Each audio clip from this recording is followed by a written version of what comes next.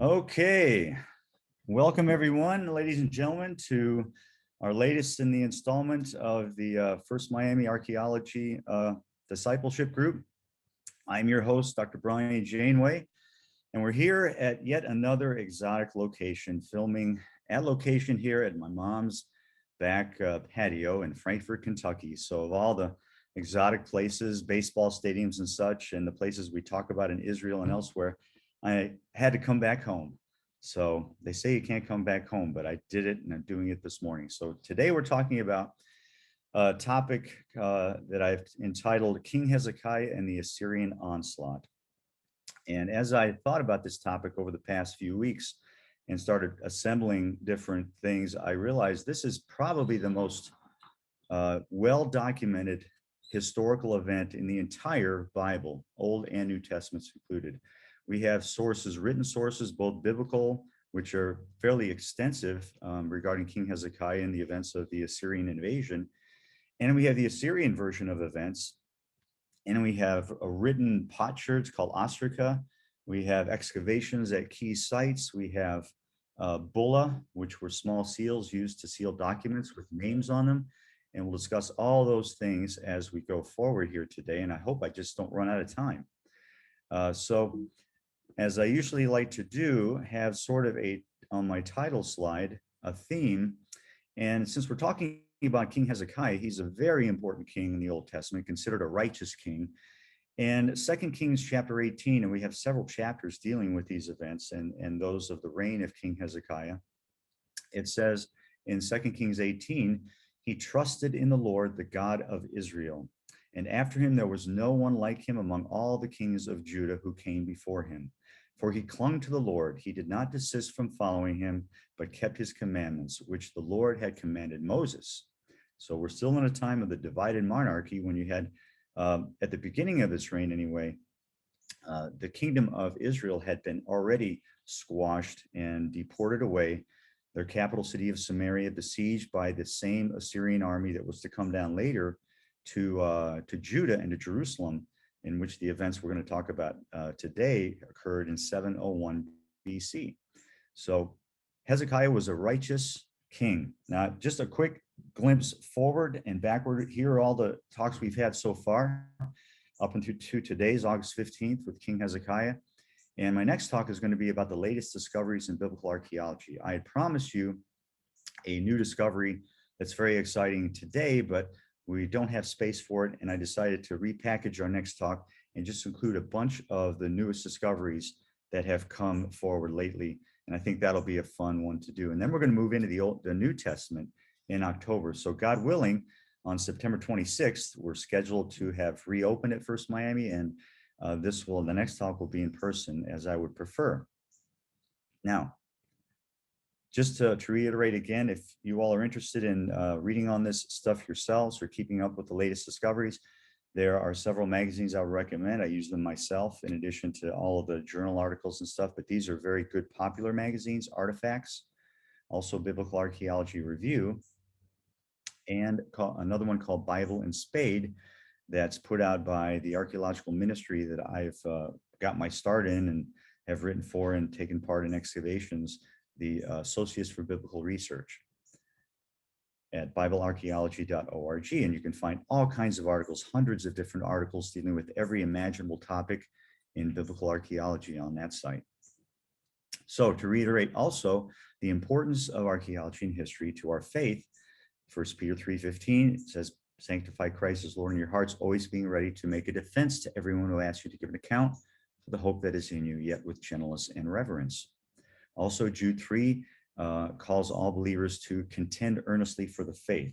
So this includes defending and advancing the gospel, using information that's factual, historical, archaeological, that puts a credible and historically reliable tinge on our witness. And finally, loving the Lord your God with all your heart, soul, and mind. So let's not forget about the minds, engaging the intellect in our faith in order to make it more compelling and more persuasive. So we move to King Hezekiah here, who reigned from the year 715 to 686 BC. We actually have a little coin. Actually, that's not actually a coin. It's a 16th century version of King Hezekiah, which is very ornate, very beautifully drawn. We actually have no idea what he looked like, but it's something nice to look at nonetheless.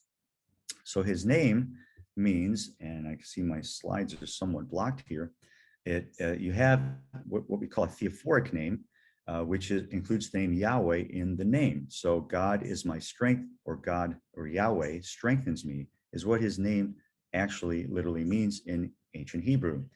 He's considered a very righteous king in both 2 Kings and in 2 Chronicles. You can read about him. No king of Judah among either his predecessors or his successors could be compared to him. And he enacted sweeping religious reforms, and he tried to rein in all of the pagan worship that was going on in Israel, even amongst the ruling class and kings that preceded him. The prophets Isaiah and Micah also prophesied during his reign. And finally, he's mentioned in the New Testament in the genealogy of Jesus in the Gospel of Matthew, chapter 1. So we talk about now that King Hezekiah and his preparations for the Assyrian invasion. Now, the Assyrians were the superpower of the ancient world. For 2 to 3 centuries, they dominated the entire Near East. They even went as far as conquering Egypt for a time after the events of what we're talking about today. But as part of their policies of imperial administration and domination, they would extract tribute from subject kings who they were able to threaten and exert pressure on. And of course, it was a very heavy tribute or taxation. And every year this would have to be paid. And if the king were to resist paying that or refuse, then the king of Assyria would come with his armies and threaten the city.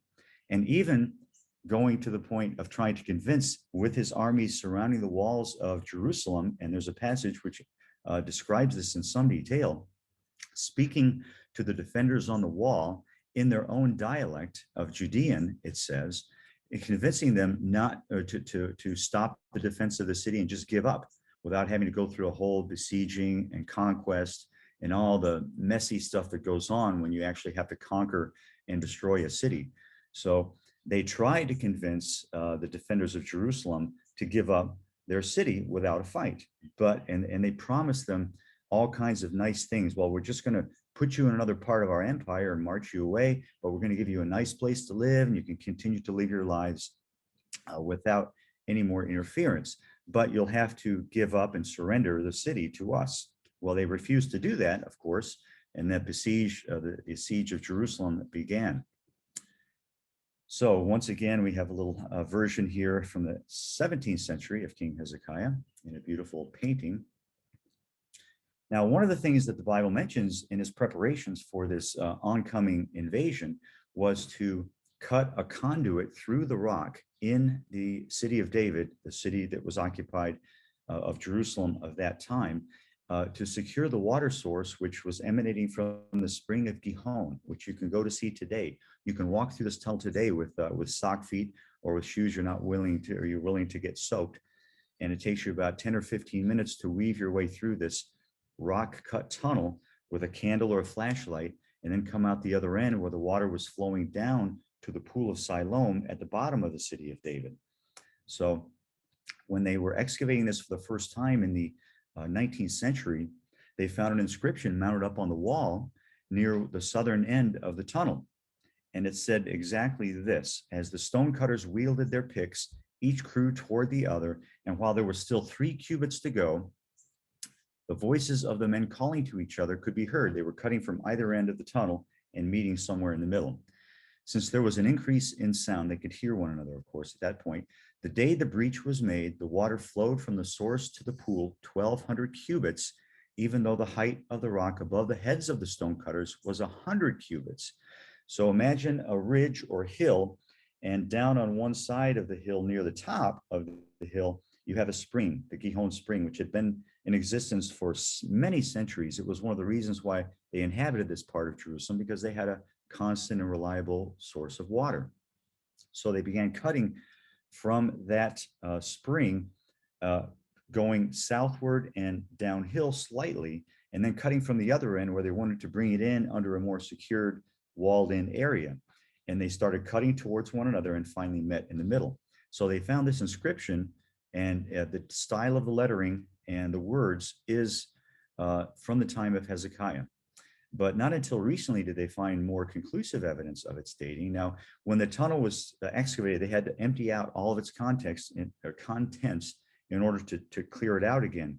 But in so doing, they took out a lot of evidence they could have used to help date the original cutting of the tunnel itself, because in the 19th century, they didn't appreciate what information can be gathered from everything that you dig up in the context of these archaeological sites. So I'm going to jump ahead here and show you a rendition of the city under King Hezekiah. And you see a double wall system here. And this is the temple up top. And then this is the area they call the city of David today. And this was the inhabited part of Jerusalem in ancient times. Now, since that time, of course, it's covering all the hills and valleys around here. But back then it was confined to this walled-in area. And then you have an area up here called the Ophel, where probably the palace of David was built up here on top. But if you move down all the way down to the side of the hill here, this is where the spring of Gihon is located. And then when they cut through, they went through the mountain this way, and they started down here where you see this water. This is the pool of Siloam, cutting up towards the hill northward. Now, this is actually a seal that was found recently that has the name of King Hezekiah on it, but I'm going to move to that later, and I have a video to show you for that. This shows sort of a three-dimensional view of the tunnel being cut through the solid rock and then flowing and opening up down here at the southern end of the city of David. Here's another nice little plan of it, Spring of Gihon.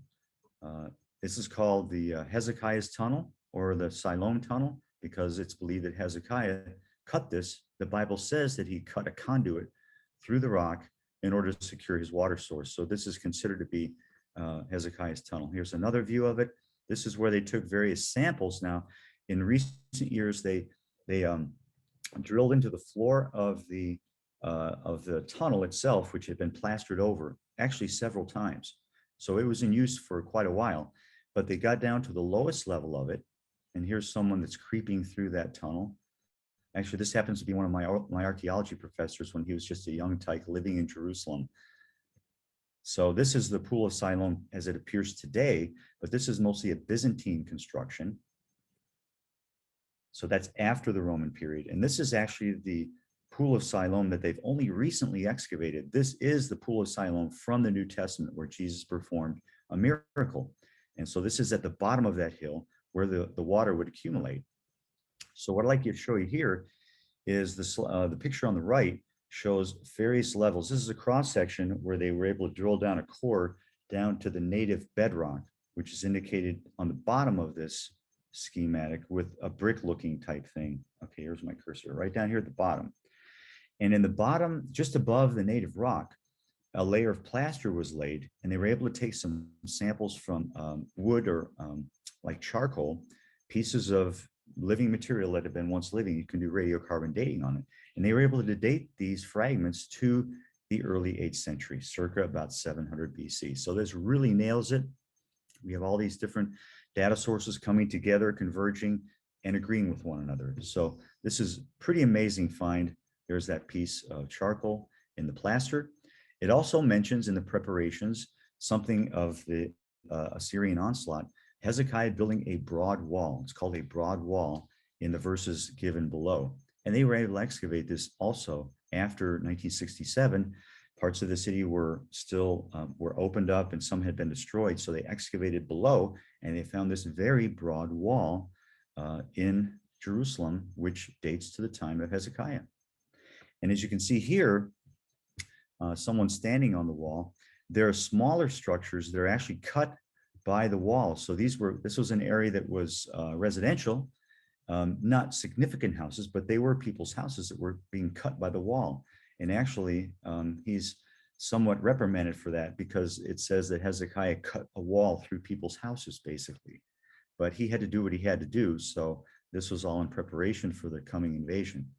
Now, what's really cool about this whole event is that we have not only the biblical view of things, but we have the enemies of Israel's view of things. And King Sennacherib, who was one of the great kings of Assyria, was the one that came down with his army in 701 to destroy and take into captivity Judah and Jerusalem. And the Bible says that Sennacherib came down and destroyed all the walled cities of Judah. So we know he was down there, and we have evidence for destructions at various walled cities of that time. So he comes down to a city called Lachish, and this was one of the biggest cities of Israel, of Judah, the kingdom of Judah at that time, perhaps only second in importance to Jerusalem itself. So as he was going around and conquering all the walled cities, he came to Lachish, a very impressive, very well fortified city, which he then undertook to besiege. And in this description of the siege of Lachish, well, this is actually a cylinder written in the language of Akkadian, which describes some of his campaign to Judah. So he refers to Jerusalem, and he says as to Hezekiah, so it names King Hezekiah, I laid siege to 46 of his strong cities, walled forts, and to the countless small villages in their vicinity. Himself I made a prisoner in Jerusalem, his royal residence, like a bird in a cage. This is called the Taylor Prism, and it's referring to the same invasion that we read about in the Bible. But interestingly, he doesn't claim to have conquered it, but he sort of gives it a good wrapping and a good spin by saying, I caged him up like a bird in a cage.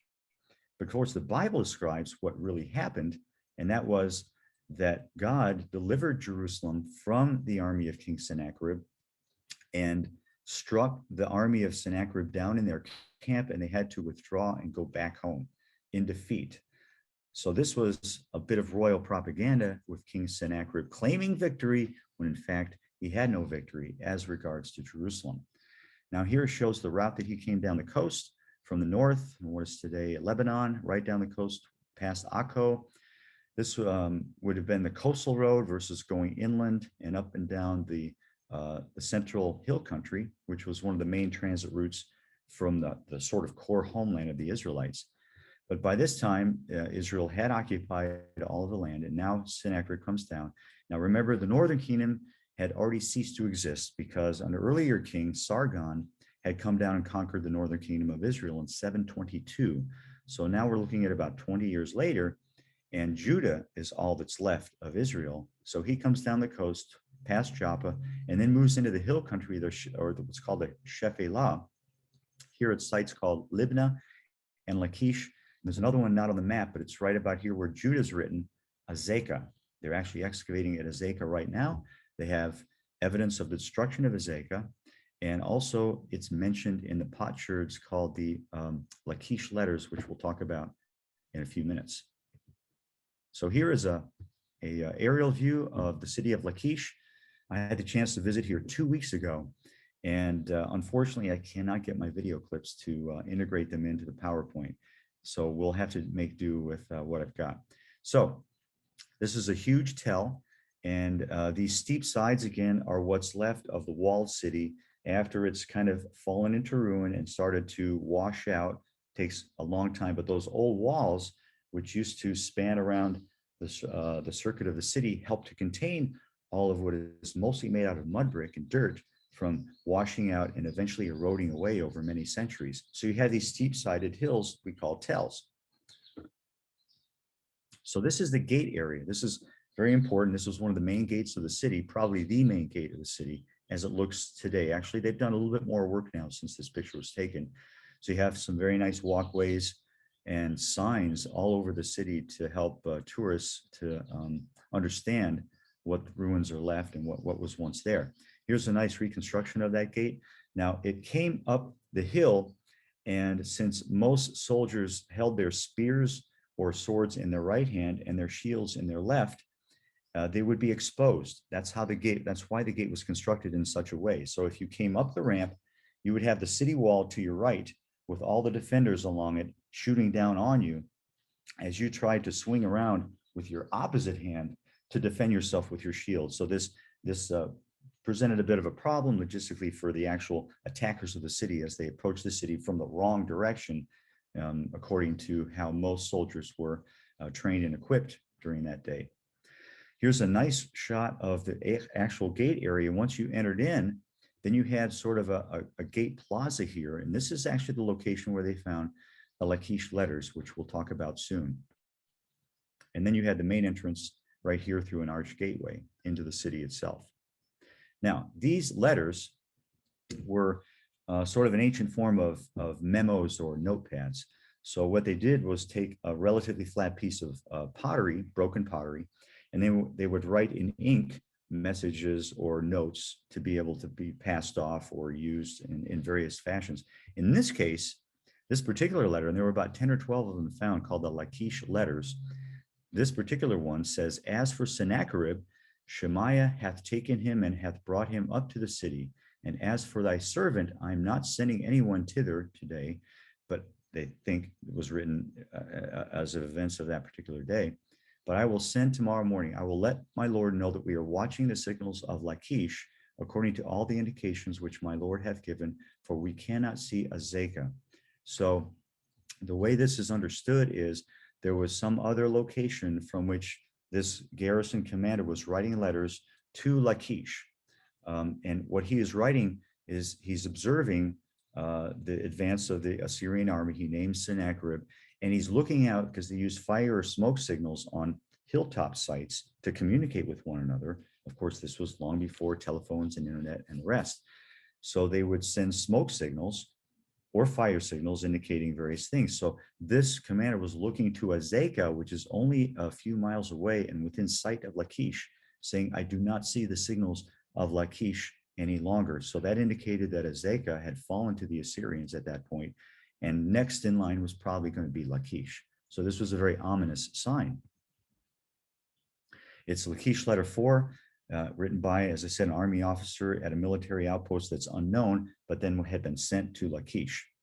Now in Jeremiah 34, it says that Lachish and Azekah were the last two cities that fell to the Assyrians. So it also indicates there was some sort of a communication system they had developed between the cities. Now, one of the really incredible finds here at Lachish is a siege ramp. And what you're looking at here is looking down from the city walls down to the surface where the ramp had been built.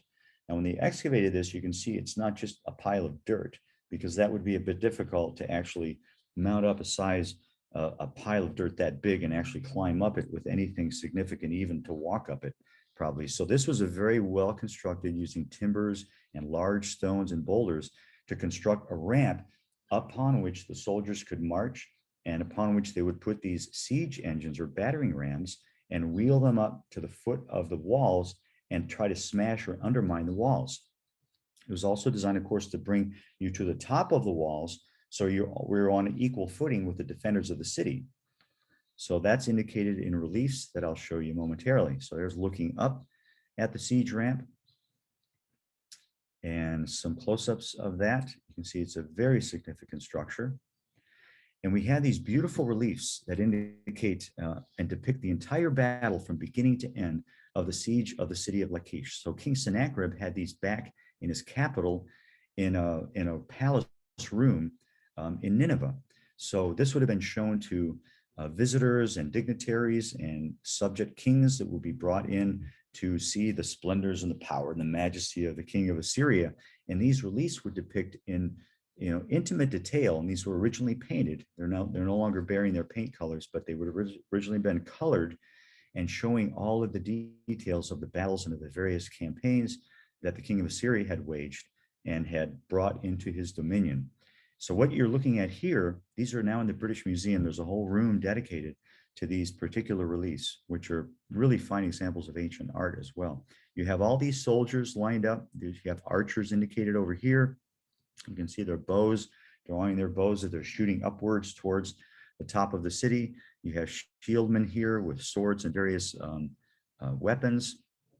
Now this is a blow up, but unfortunately it's a little bit fuzzy, but you get a little more detail here. You can see the soldiers with spears, with swords in their belts and shields. Now here's a cross section of the siege ramp itself, and then the actual siege ramp, which is depicted on the reliefs of Sennacherib. So you can see them coming up and climbing up and then firing their weapons. Now in particular here is one of these battering rams that I described earlier, and it has some sort of a protruding projection that would actually batter up against the walls themselves. and would actually eventually overcome the walls. Now, what happened, here's a better depiction of that. So here are the city walls. The defenders are up top. They're throwing down what looked to be firebrands. So some sort of flaming weapons they were throwing down on the soldiers and also on these structures to try to catch fire on them to keep them from getting up to the city walls and battering them down. What they found was when they excavated inside the city, opposite the siege ramp, the Israelites were building a counter siege ramp. So they were digging up material from inside their city, which was from actually earlier periods below the current level of 700 BC, and then piling it up like a counter siege ramp on the inside of the wall to counteract the siege ramp on the outside of the wall. Very interesting tactic they used to try to defeat and blunt the Assyrian attack. As we move on, the various scenes of the battle are depicted, all the stages from beginning to end. In this case, after the city had been taken, some of the leaders, no doubt, were made examples of and impaled on these huge stakes, like human shish kebab. And it also shows women, children, men, everyone being marched off into captivity. You'll see down here below with everything they could carry with them. So they were marched off up into, and it actually says they were marched off into the area of northeast Syria today in the river Habur region to be resettled as productive members of the empire of Assyria. So they didn't want to just kill everybody. That wouldn't be very productive for the empire because they wanted to exploit these people and of course not have to expend all the effort and weapons to actually destroy a city. But once they did, they wanted the people to actually march off. So this would, end any further resistance of the city and then resettle them someplace else where they continue to live and essentially work for the empire, as it were. So as we move on, we see here some of the people being marched off. And in one passage, it says, and their captors made us sing songs for them to entertain them. So you can imagine these people being marched off and the soldiers kind of just wanting to be entertained as they did a very boring thing. And to march all these civilians up to another place, they were forcing the people that were captives to sing and perform for them, so they could actually be somewhat entertained. Now, this relief also shows the king of King Sennacherib himself on a throne at a nearby location being attended to by his attendants. And you notice here, these two behind him, which are fanning him, they're clean shaven. All of the soldiers and officials and kings are usually depicted with beards. But in this case, they're clean shaven. And what that indicates is they were eunuchs. And these were some of the highest officials. Sometimes they were generals as well in the armies, but they were clean shaven. They were eunuchs, and they were made that way in order to serve faithfully and not to have any pretensions for the throne themselves or for their children to overthrow the king. Another blow up here of his actual throne show attendants carved in. This is probably made of ivory or a combination of wood and ivory with figures holding up sort of the king and his chair. So here's some other things that were found at the base of the wall at Lachish, these huge stones with holes in them. Apparently these were used, and they were found all along the bottom of the wall with ropes or chains of some sort.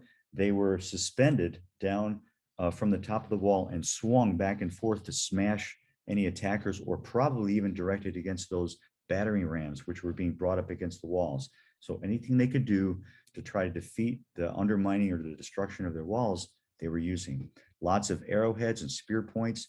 Over here on the lower right, you have sling stones, which of course are made famous from David and Goliath. Now, David, it says, used stones from the brook that were not fashioned, but usually these sling stones were carved out of flint into these rounded shapes of various sizes, roughly about the size of a baseball. And then they were put into a sling and used to devastating effect. Flint is extremely hard stone. And if you take I've got some I've picked up over the years, broken sling stones on various sites, and you kind of tap it against your head, it feels like an eggshell compared to this stone. So these slingers were very accurate, it says. There were legions of these, or units of slingers, who were very accurate with their slings, and you wouldn't want to get hit by one of these sling stones. Here's more of the people marching off with various things. Now, there's a very interesting inscription which has been found in the valley of Silwan, down near the pool of Siloam, just across the valley, a very short Kidron Valley, very small valley. You can see a tomb, and in it they found, this is a drawing of that tomb today. Now, it's still somewhat preserved, but somewhat not. And then their house was built on top of it. It's a very steep hill along here, but it was cut right into the native cliff. And right above it, they found an inscription. And on this inscription, and there's white written into the cuttings to make them more visible. It says, this is the, and then missing, but it would have said tomb or sepulcher of something Yahoo. So the beginning of his name is missing, but again, we have a theophoric name with the name of Yahweh in it. It says, this is the sepulcher of whoever who is over the house. There is no silver or gold here, but only his bones, and the bones of his slave wife with him. Cursed be the man who breaks this open. This is from the book of Isaiah. So if you go to the name here, it's probably, the writing dates again to the time of the Siloam inscription and the 701 Assyrian conquest during the reign of King Hezekiah. This title, the one who's over the house, is like a royal steward. So it matches the description of this title in the Bible for an individual by the name of Shebna, who Isaiah admonishes actually in the book of Isaiah for constructing a very fancy tomb in the rock itself. So this is probably the inscription of Shebna. So this is the actual verse. It says, thus says the Lord God of hosts, come, go to this steward, to Shebna, who is in charge of the royal household. What right do you have here, and whom do you have here, that you have cut out a tomb for yourself here? You who cut out a tomb in the height, you who carve a resting place for yourself in the rock. So his full name would have been something like Shebna Yahu, but in short, just Shebna. Very interesting find. So now we move to another find, which is a bulla. And these were used to seal ancient documents, like I'm showing here, very small. These are a number of different bulla that have been found over the years in excavations. And on one side of them, you'll see, I think we've discussed these before, you'll see string marks from the original strings that were used to tie the scrolls together once they were rolled up and folded. And I'll show you a picture of that here. This is how they found actual papyri that were folded up with their seals still intact from Egypt in the 5th century BC. So you can see they were folded over a couple of times and then tied with a string, and then a bulla, which was still somewhat wet, affixed to that string to seal it. So you couldn't open the scroll without breaking the seal. And so you have string marks on the back sides of these, and on the front sides, the name of the owner of the scroll. And these names contain some people that we know of from the Bible, like this one that was just found just a couple of years ago, King Hezekiah. And it says, belonging to Hezekiah, son of Ahaz, or Ahaz, king of Judah. And it has some Egyptian iconography. This winged dung beetle is actually what this is, which was sort of a divine symbol for the Egyptians. So there, and you see the Ankh, another Egyptian symbol that were used by the kings of Israel and Judah to sort of give themselves a status or a gravitas, if you will. So in just recently, they found one that says Yeshayahu, which is the name for the long version of Isaiah, Navi, prophet, or Navi as a proper name. So we're not absolutely sure that this is the actual prophet seal, but unless there's a proper name Navi, which is possible, this is likely the seal of the prophet Isaiah. They found this seal only a few feet away from where they found King Hezekiah's seal, down here just below the whole Temple Mount in this area called the Ophel. So this was a royal quarter which had storerooms and archives and various other things that the kings would have in their royal complexes. And just a few feet, actually in subsequent seasons, they found these bulla at the same strata or same time period. Now, if this plays for me, runs about 12 minutes. This will take us over time slightly. If you all can bear with me, we'll go past 1 o'clock until about maybe 10 minutes after, and then we'll have any Q&A if you would like to have that.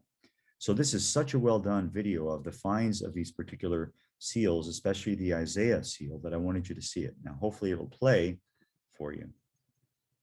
In December 2015, Jerusalem archaeologist Elat Mazar announced the discovery of an ancient clay seal, or bulla. The bulla contained an astonishing inscription. It read, "Belonging to Hezekiah, son of Ahaz, king of Judah." This tiny artifact carried a sensational message. This seal proved the existence of one of ancient Judah's greatest kings and proved the accuracy of the biblical record. Dr. Mazar didn't know it at the time, but another bulla bearing an intriguing inscription was waiting to be placed under her microscope. The Old Testament record shows that King Hezekiah was a contemporary of Isaiah the prophet. The biblical books of Kings, Chronicles, and Isaiah show that this prophet played a central role in Hezekiah's remarkable reign over Judah.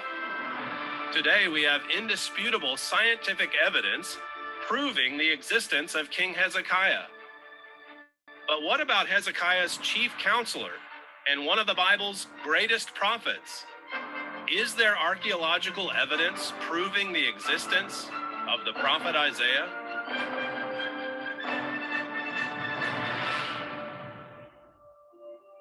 Now, the bulla of King Hezekiah was part of a assemblage. It didn't come by itself. First, we published King Hezekiah's bulla. That was the first thing. But then we studied the whole assemblage.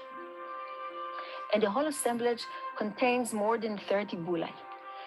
And one of them attracted our special attention. We were very skeptic at the very beginning. We didn't jump on the idea. It says Yeshayahu. Okay, fine. This is quite a common name. And then it says Nun Bet Yud Navi, which is in Hebrew. If you just listen to that Navi, it's a prophet.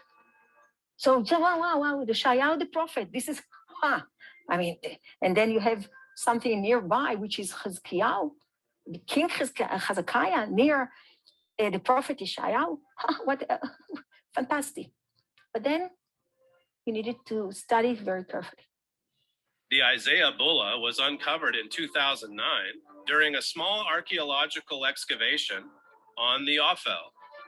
The Ophel area is located adjacent south of the Temple Mount and has furnished numerous important artifacts since it first began to be excavated in 1968. The Isaiah bulla was discovered in an area adjacent to what archaeological evidence suggests was a royal bakery from the First Temple period. The brewery that we were excavating is just below us. So where King Hezekiah bulla was found, just below here, where Brent is standing, and then the whole assemblage was spreading all over. So we first published this one and then worked on the other bulla just as well as on figurines and other important items. And just on the other side of this, the same assemblage, just on the other side of that Herodian wall that was disturbing that assemblage in its middle, that we found another bulla that is of Isaiah. The bulla is small and can be divided into 3 zones or lines. The challenge when studying the Isaiah seal is that part of the bulla is missing and part is damaged. The damage was caused by a finger pressing against the soft clay when the seal was first created almost 2,700 years ago. You can still see the fingerprints. The fact that part of the seal is missing does not affect its interpretation. This is because the missing section is inscribed with an image or motif and not text. Dr. Mazar believes it was the image of a grazing doe, symbolizing prosperity. The text on the second line reads, Yeshayahu. Although one letter is missing, there is only one viable option for the identity of the missing letter. It can only be the Hebrew letter Vav. So the text on the second line is indisputable. It reads, Yeshayahu. This is the Hebrew word for Isaiah. But is this Isaiah the prophet? The text on the third line is incomplete due to the damage sustained to the bulla's left side. 3 letters can be deciphered, however, and together they read Navi. Archaeologist Reut bin Aryeh has studied the bulla and explains why the missing letter is most likely an aleph, making the second word Navi, or prophet. Among all the bullae from the excavation in the Ophel, we found this one. In its middle field, there was the name Yeshaya. So it was very exciting to read in its lower field the letters Nun, Bet, Yud, which suggest the word Navi, prophet. But there were 2 problems with this suggestion. First, the word Navi is usually written with the letter Aleph in the end. Second, most of the time in biblical Hebrew, titles after private names appear with a definite article, the, and we don't have that in our bulla. So it was more reasonable to say that it is a private name, Novi or Novai, that is known from the Bible and also from epigraphic findings. But by examining the bulla, I noticed that the borderline is seen only on its right edge and not on the left edge, which means the impression is not complete. If we continue the borderline, we can see that there is a space for 2 more letters in the middle register and for 1 letter in the lower one. Usually, there is no empty space in the seal, so it makes sense to insert the letters Vav, Hey, and Aleph, and to suggest that this bulla was impressed by the seal of Yeshayahu Hanavi, Isaiah the prophet. While the presence of an aleph is possible and even likely, there are other interpretations. Professor Shmuel Achituv is an expert epigraphist and suggests Navi could refer to a place or surname. It belonged to Isaiah, but that's all. Because it says Navi, Nun Bet Yod, which means Navi, but it lacks the Aleph. Perhaps Navi is to be pronounced Novi, Novai, or something else. Then that's citizen or town of Nov.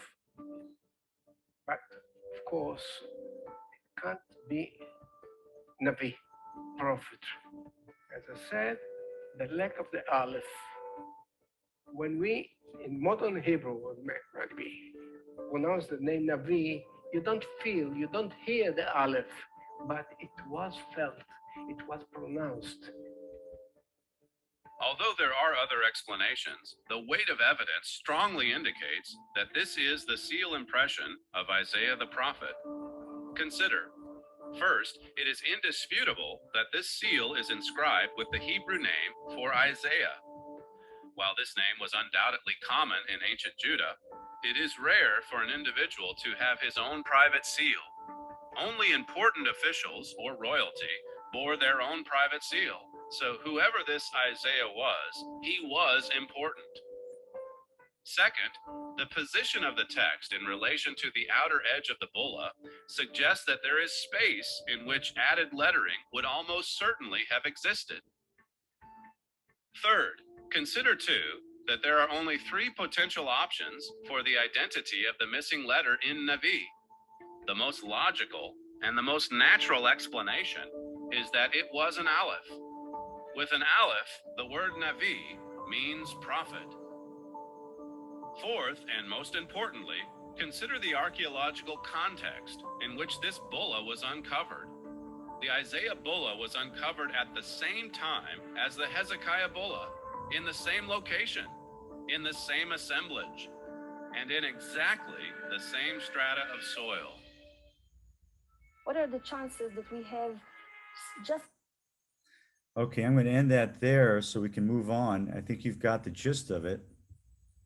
And the likelihood that what we're looking at there is actually the bulla of the prophet Isaiah, and the likelihood of it being someone else by the name of Navi or from an inhabitant of the city of Nob is probably unlikely. And you consider the context, which it mentions there, in the royal quarter and in the same context as the king Hezekiah, you would have to assume that it probably is the prophet, someone who's very important. And the Bible goes into detail about how Isaiah was advising King Hezekiah. And when Hezekiah was afflicted with an illness, he prayed for and was given another 15 years in his life. So Isaiah was an integral part of, if you will, the chief, maybe the chief of staff of King Hezekiah, or among his top advisors. So that would stand to reason that someone of that stature would have a bulla or a seal impression, which is what we have here, an impression from the seal itself in the clay.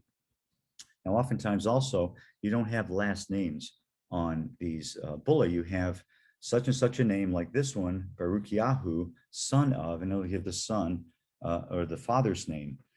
In this case, Neriyahu, the scribe. So we have a name actually of another seal of a known person here. I'm showing you from the book of Jeremiah. He was the scribe of the prophet Jeremiah, and his name has been found on 2 examples of seal impressions. And it says belonging to Baruch Yahu, son of Neriyahu, the scribe. So that would be the typical fashion that we would find these bulla. There's another picture of one of these bulla. Now I'm jumping a bit ahead here because this is actually after the time of Hezekiah. And in order to fully bring to fruition, let me just summarize. The Assyrian attack was blunted, of course, by the Lord himself, and Jerusalem was delivered for Hezekiah and the inhabitants of Jerusalem in 701 BC.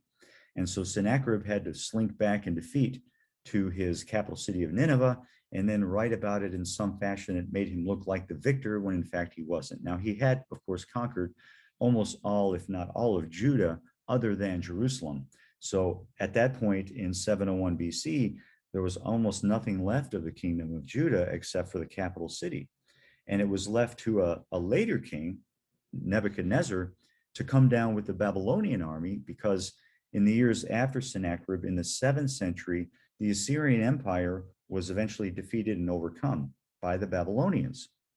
Now the Babylonians become the superpower of the ancient world for a century or so. And King Nebuchadnezzar came down and finally conquered Jerusalem in 586 BC. So 114, 115 years after Sennacherib had come down to try to take the city, Nebuchadnezzar finally pulls it off. And at that point, they march off, just like the Assyrians had done, all the inhabitants of the city of Jerusalem back to Babylon, in this case, to live amongst the Babylonian Empire for the rest of the years of their life. But of course, unlike the northern kingdom, which was taken in Samaria, that is in 722, those were the northern 10 tribes of Israel, which were taken in and never returned. They disappear, they assimilate into the Assyrian people, and maybe it lived in enclaves, but they no longer came back as tribal or national entities to rebuild and reoccupy the northern kingdom of Israel. But in the case of the southern tribes, the southern 2, that was encapsulated by Judah at that time, they were allowed to come back and rebuild their capital city and their nation. Now, this particular tablet here is a small tablet written in cuneiform. The language is Akkadian, the script is cuneiform. It looks like chicken scratch. So they found this tablet in the city of Babylon. And it dates to about 595 BC, about 10 years or so before the conquest of Jerusalem. And when one of the researchers was looking through, this was about 10 years ago, he was looking through, there are thousands of these tablets that are in museums, and namely in the British Museum, that were excavated in the 1800s. And they've got thousands upon thousands of these that have not even been read yet.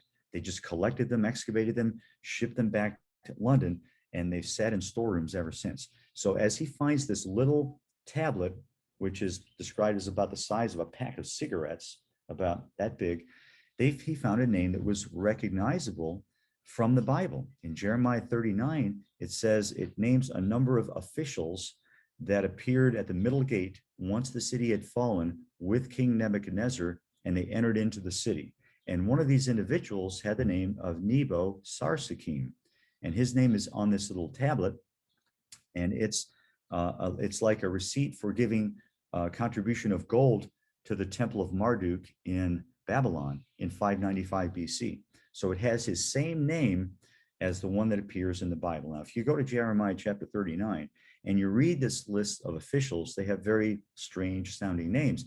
And some of the translators into English, into our English Bibles, actually, these are compound names. Nebo Sarsakim is one name, but it's actually divided in different ways. In some Bibles, it'll have Nebo as the tail end of the name beforehand, Sarsakim as the next name, comma, Sarsakim, whatever. But now we know that that was a name that's put together, Nebo Sarsakim, which means a servant of the god Nabu. And Sarsakim is also a very interesting name because it indicates that he was a eunuch. A Saris is a eunuch, like I described before. So he was a high official in the court of Nebuchadnezzar who was a eunuch. So there you have the size of that tablet. And here's a reconstruction, artist's version of what the Ishtar Gate looked like in Babylon. So you can imagine these captive Israelites being marched back to the great capital city of Babylon and perhaps in through the gate itself. Now they have remnants of this gate in museums around the world, like this beautiful colored glazed relief of a griffin or a dragon, also of an auroch, which is an extinct wild ox. And then they also have these lion reliefs, and the colors are still preserved beautifully to this day. You can see it here.